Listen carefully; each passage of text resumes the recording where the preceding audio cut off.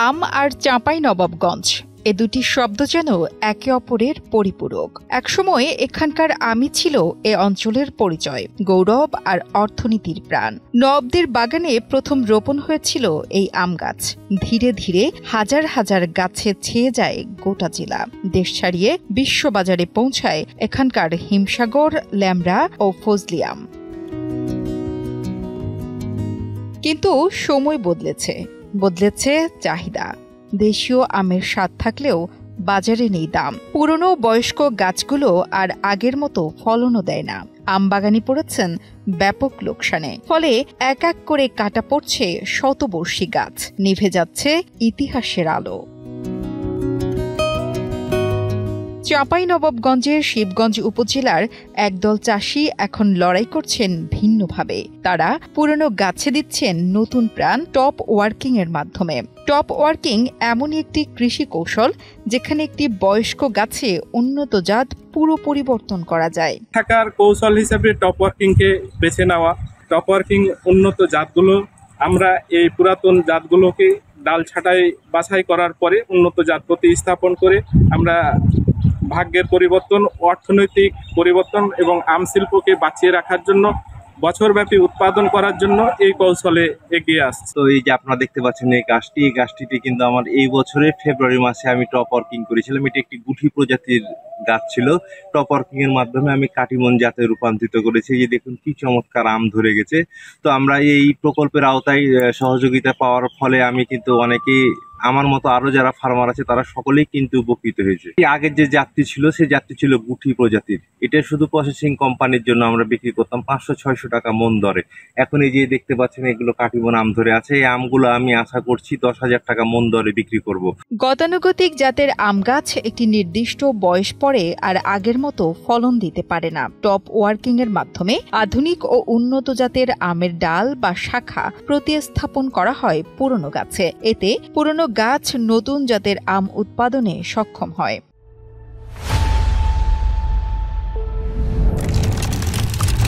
যে জাতগুলো এই দেশীয় জাতের আম করে আমরা ন্যায্য মূল্য পাচ্ছি না এবং আমরা খরচ উঠাতে পারছি না, যার কারণে আমরা বয়স্ক গাছ যেগুলো গাছকে ধ্বংস না করে সেই গাছেই টপ ওয়ার্কিং করছি। টপ ওয়ার্কিং এর মাধ্যমে আমরা নিজস্ব যেই গাছগুলো, বয়স্ক গাছগুলো, সেইগুলো বিলুপ্ত না করে আমরা সেগুলো টিকিয়ে রাখছি।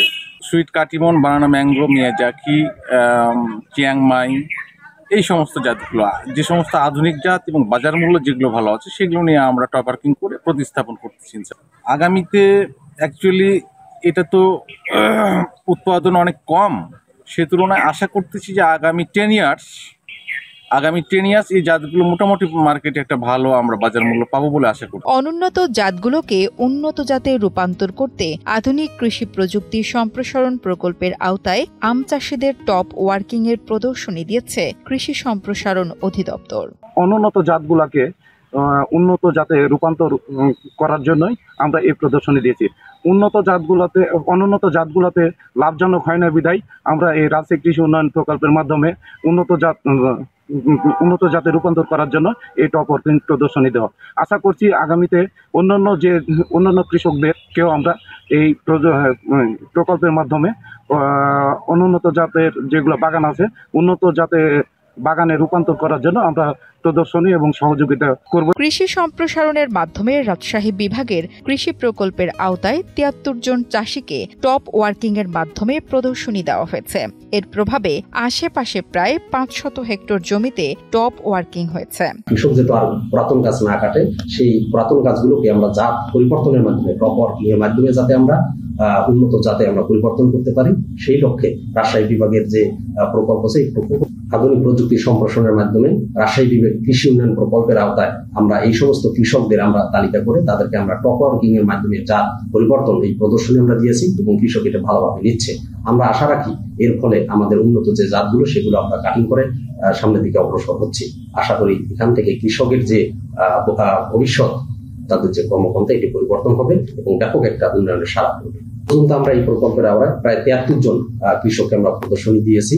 তারা ব্যাপকভাবে এটা পজিটিভলি বিষয়টাকে নিয়েছে এবং আমরা মাঠে যা দেখছি এখানে আমের যে ফলন এটি অত্যন্ত চমৎকার। যেমন পুরাতন কিছু জাত আছে, যেমন হাসিনা আছে, ফজলি আছে বা স্থানীয় আছে, তো এগুলোকে পরিবর্তন করে টপ ওয়ার্কের মাধ্যমে তারা মূলত কাটিমনটা করতেছে। টপ ওয়ার্কিং পদ্ধতিতে আমের জাত উন্নয়ন সম্ভব। পুরনো গাছ ফেলে না দিয়ে টপ ওয়ার্কিং করলে উৎপাদন বাড়বে, কৃষক লাভবান হবে বলে মনে করেন সংশ্লিষ্টরা। মোহাম্মদ ফরহাদ আলীর পাঠানো তথ্য ও ভিডিও চিত্রে ডেস্ক রিপোর্ট, কালের কণ্ঠ।